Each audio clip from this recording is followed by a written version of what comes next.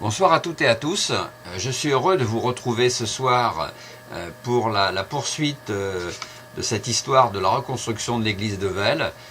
Sur l'émission précédente, vous vous souvenez donc le projet avait été validé par le préfet sur la base d'une estimation de 20 000 francs et avec une contribution des paroissiens à hauteur de 12 000 francs à travers des souscriptions, et auquel s'ajoutaient finalement donc 7 000 francs prévus par le ministère des Cultes suite à une demande et une sollicitation émise par le préfet de l'Indre. C'était cela donc en 1861.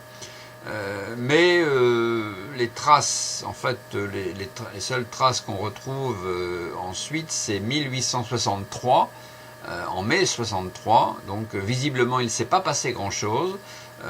Et donc l'archevêque de Bourges saisit le préfet en s'étonnant de l'avancée, ou plus exactement de la non-avancée de ce dossier, voilà, et de façon assez directe.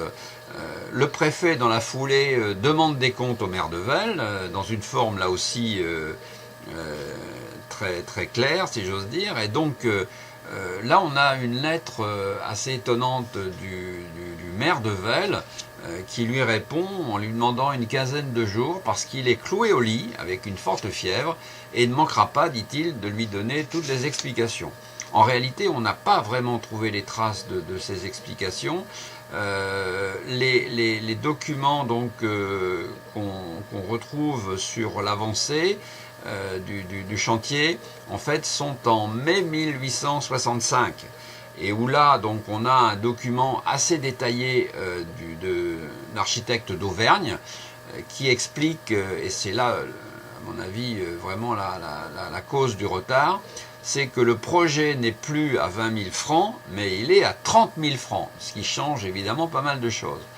Et donc, sur la base de ce budget, enfin disons de ce devis à 30 000 francs, parce que là, effectivement, c'est intéressant, c'est l'architecte qui, en fait, fait une proposition sur le devis et avec des prix estimatifs.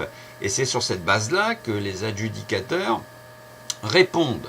Et ce qu'on apprend en réalité, c'est que eh bien, il y avait déjà eu deux consultations, donc deux adjudications qui se sont montrées infructueuses, ce qui explique probablement en partie déjà donc le retard par rapport au projet initial. Et la cause de ces disons, du côté infructueux de ces adjudications tient en fait au prix proposé pour le mètre cube de pierre de taille. En fait, dans le devis, il est proposé donc 25 francs du mètre cube de pierre de taille, et ce qui, pour les adjudicateurs, est totalement rédhibitoire. Et donc, l'architecte proposera de modifier ce tarif et de le porter donc à 30 francs le mètre cube. On peut noter au passage que cette pierre de taille donc proviendra des carrières de la Madrolle, un lieu-dit de la commune. Ce qui est intéressant aussi de noter, c'est que le transport de cette pierre de taille sera donc à la charge de la commune et réalisé par les habitants. Alors à cette époque, en fait, il y avait des prestations en nature dans chaque commune, c'est-à-dire que les habitants devaient 3 à 4 jours de prestations, le plus souvent pour entretenir les chemins vicinaux. Et bien là, en mai 1865, le conseil municipal de Vels vote donc une prestation en nature dédiée à ce transport de pierre de taille.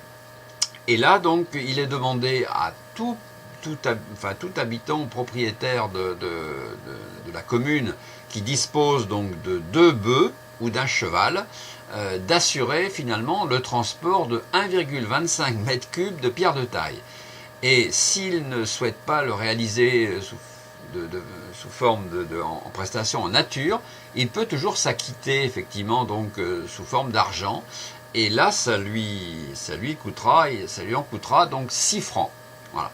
Et donc ces corrections ayant été faites sur le devis, et l'adjudication a pu s'avérer donc fructueuse, et les deux soumissionnaires qui finalement répondront à ce projet sont messieurs Bidault et Moine. Ce sont des entrepreneurs de la région, puisque l'un est sur Argenton et l'autre également donc dans les environs d'Argenton. Ces deux entrepreneurs donc, ont l'habitude de travailler ensemble, en tout cas ont déjà fait un certain nombre de réalisations, et il est pas inintéressant de lire le commentaire de l'architecte d'Auvergne, qui est, je le rappelle, l'architecte départemental, qui assure les prestations et le conseil pour le préfet. Il dit en substance: « Je connais les soumissionnaires, Bidault et Moine, ils sont dans les meilleures conditions pour bien faire, s'ils veulent s'en donner la peine, et ayant fait leurs preuves l'un et l'autre, sur le rapport je ne peux que désirer de voir leur soumission approuvée. » Ça c'est effectivement donc le commentaire de M. d'Auvergne. Ce qui est surtout intéressant de relever, c'est la petite phrase « s'ils veulent s'en donner la peine ». Parce que, comme on le verra par la suite, donc le chantier est loin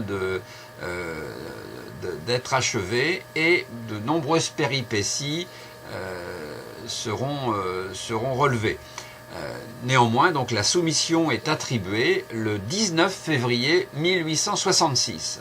Donc, vous voyez qu'entre une validation de principe de 1860, des subventions octroyées dès l'année 1861, il faut plus de 5 ans pour effectivement déjà identifier et choisir les adjudicateurs. Mais nous ne sommes pas encore à l'issue de cette saga. Je vous souhaite une excellente soirée et sera très heureux de vous retrouver donc pour une prochaine émission sur la reconstruction de l'église de Vels. Bonsoir.